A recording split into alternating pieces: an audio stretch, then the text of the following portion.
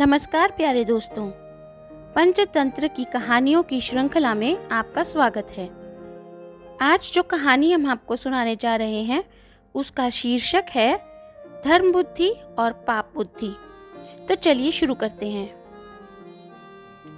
एक नगर में धर्म बुद्धि और पाप बुद्धि नामक दो व्यक्ति रहते थे। दोनों में अच्छी मित्रता थी।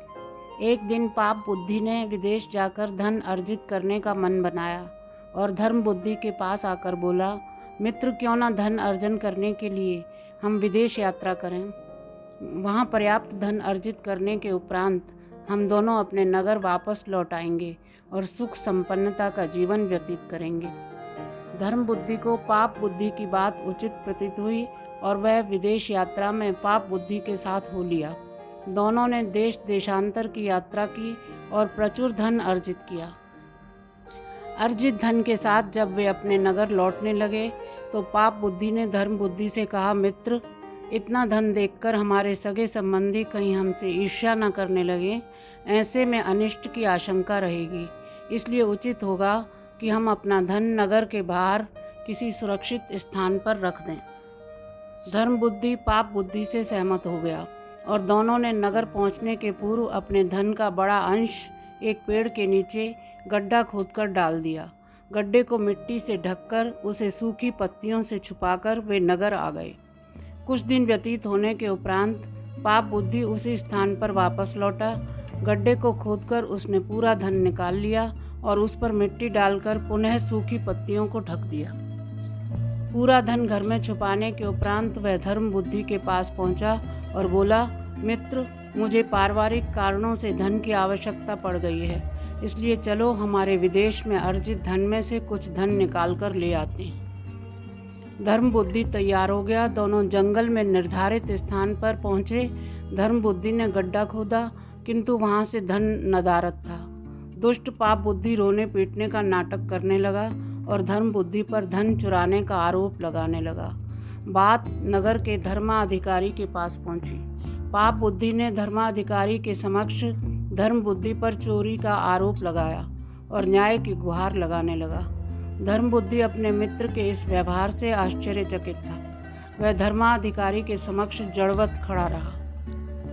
पाप बुद्धि कहने लगा, जिस स्थान पर हमने धन गड्ढे में डाला था वहाँ के पेड़ साक्षी हैं। आप उनसे पूछिए, वो जिसे चोर कहेंगे उसे चोर मान लिया जाए। धर्माधिकारी ने निश्चय किया कि अगले दिन पेड़ों की साक्षी ली जाएगी। साक्षी के बयान अनुसार ही निर्णय सुनाया जाएगा। सवेरे मुंह अंधेरे पाप बुद्धि ने अपने पिता को गड्ढे के पास के पेड़ की खोखली जड़ के अंदर बिठा दिया और बोला, जब धर्माधिकारी पेड़ से पूछें कि चोर कौन है तो आप धर्म बुद्धि का नाम लेना।